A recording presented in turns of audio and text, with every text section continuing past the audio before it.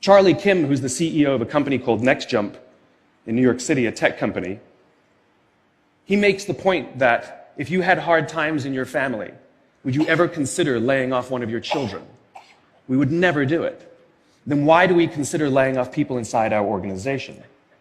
Charlie implemented a policy of lifetime employment. If you get a job at NextJump, you cannot get fired for performance issues.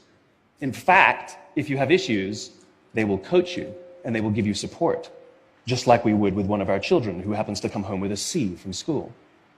It's the complete opposite. This is the reason so many people have such a visceral hatred, sort of anger at some of these banking CEOs with their disproportionate salaries and bonus structures. It's not the numbers. It's that they have violated the very definition of leadership. They have violated this deep-seated social contract. We know that they allowed their people to be sacrificed so they could protect their own interests. Or worse, they sacrificed their people to protect their own interests. This is what so offends us, not the numbers. Would anybody be offended if we gave a $150 million bonus to Gandhi? How about a $250 million bonus to Mother Teresa? Do we have an issue with that? None at all. None at all. Great leaders would never sacrifice the people to save the numbers. They would sooner sacrifice the numbers to save the people. Bob Chapman, who runs a large manufacturing company in the Midwest called Barry Waymiller, in 2008 was hit very hard by the recession, and they lost 30% of their orders overnight. Now, in a large manufacturing company, this is a big deal, and they could no longer afford their labor pool. They needed to save $10 million.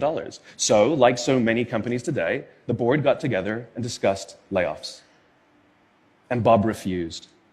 You see, Bob doesn't believe in head counts. Bob believes in heart counts. And it's much more difficult to simply reduce the heart count. And so they came up with a furlough program.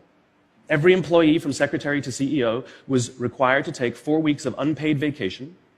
They could take it any time they wanted, and they did not have to take it consecutively. But it was how Bob announced the program that mattered so much. He said, it's better that we should all suffer a little than any of us should have to suffer a lot. And morale went up. They saved $20 million.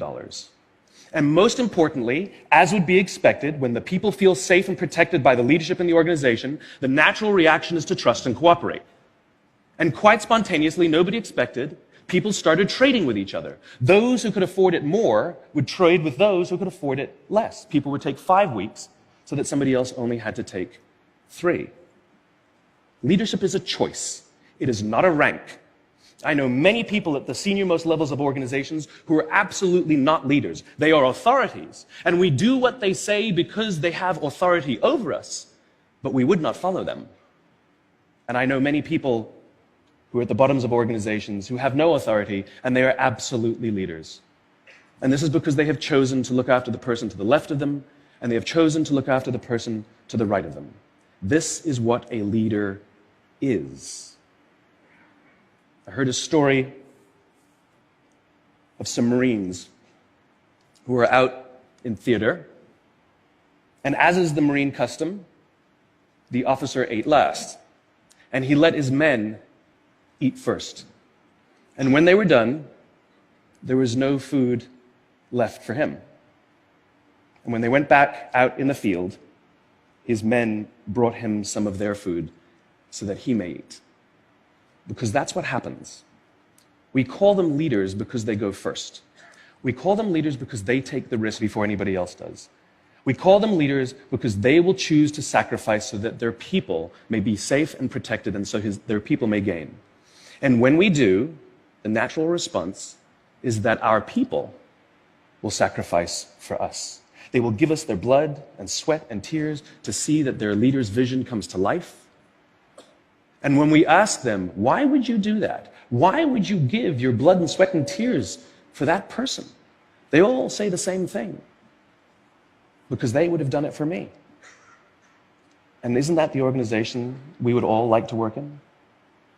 Thank you very much. Thank you.